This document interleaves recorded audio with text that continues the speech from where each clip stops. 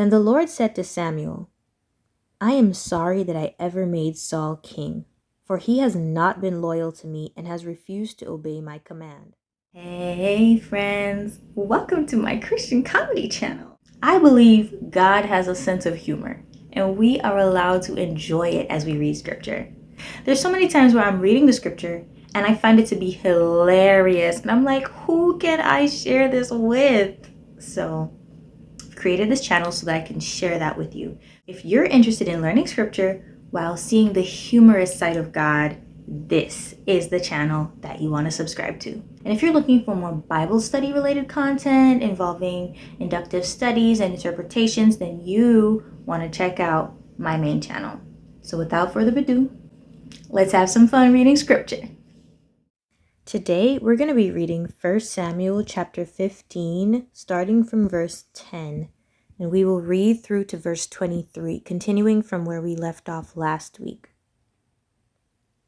We're reading from the New Living Translation, and it says, Then the Lord said to Samuel, I am sorry that I ever made Saul king, for he has not been loyal to me and has refused to obey my command. Samuel was so deeply moved when he heard this that he cried out to the Lord all night. Early the next morning, Samuel went to find Saul. Someone told him Saul went to the town of Carmel to set up a monument to himself. Then he went on to Gilgal.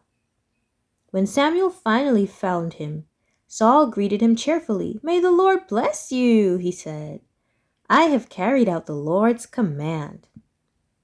Then what is all this bleating of sheep and goats and the lowing of cattle I hear? Samuel demanded. It's true that the army spared the best of the sheep, goats, and cattle, Saul admitted.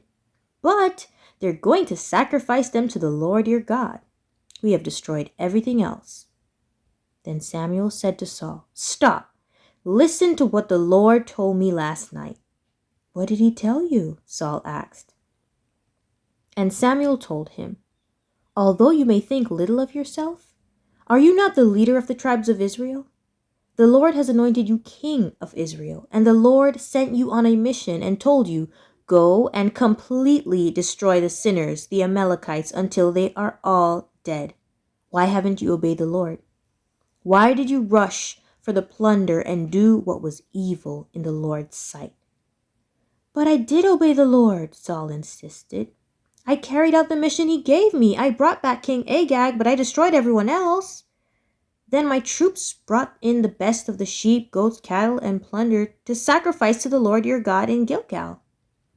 But Samuel replied, What is more pleasing to the Lord, your burnt offerings and sacrifices, or your obedience to his voice? Listen, obedience is better than sacrifice, and submission is better than offering the fat of rams. Rebellion is as sinful as witchcraft, and stubbornness as bad as worshiping idols.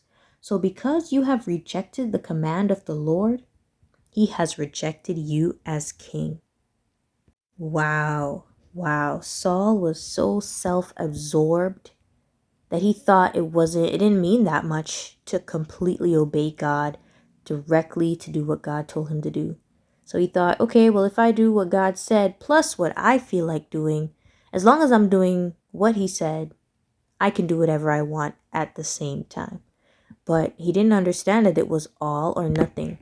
And we can see that his heart posture was truly conceited and self-centered because he created a monument to himself when Samuel was looking for him.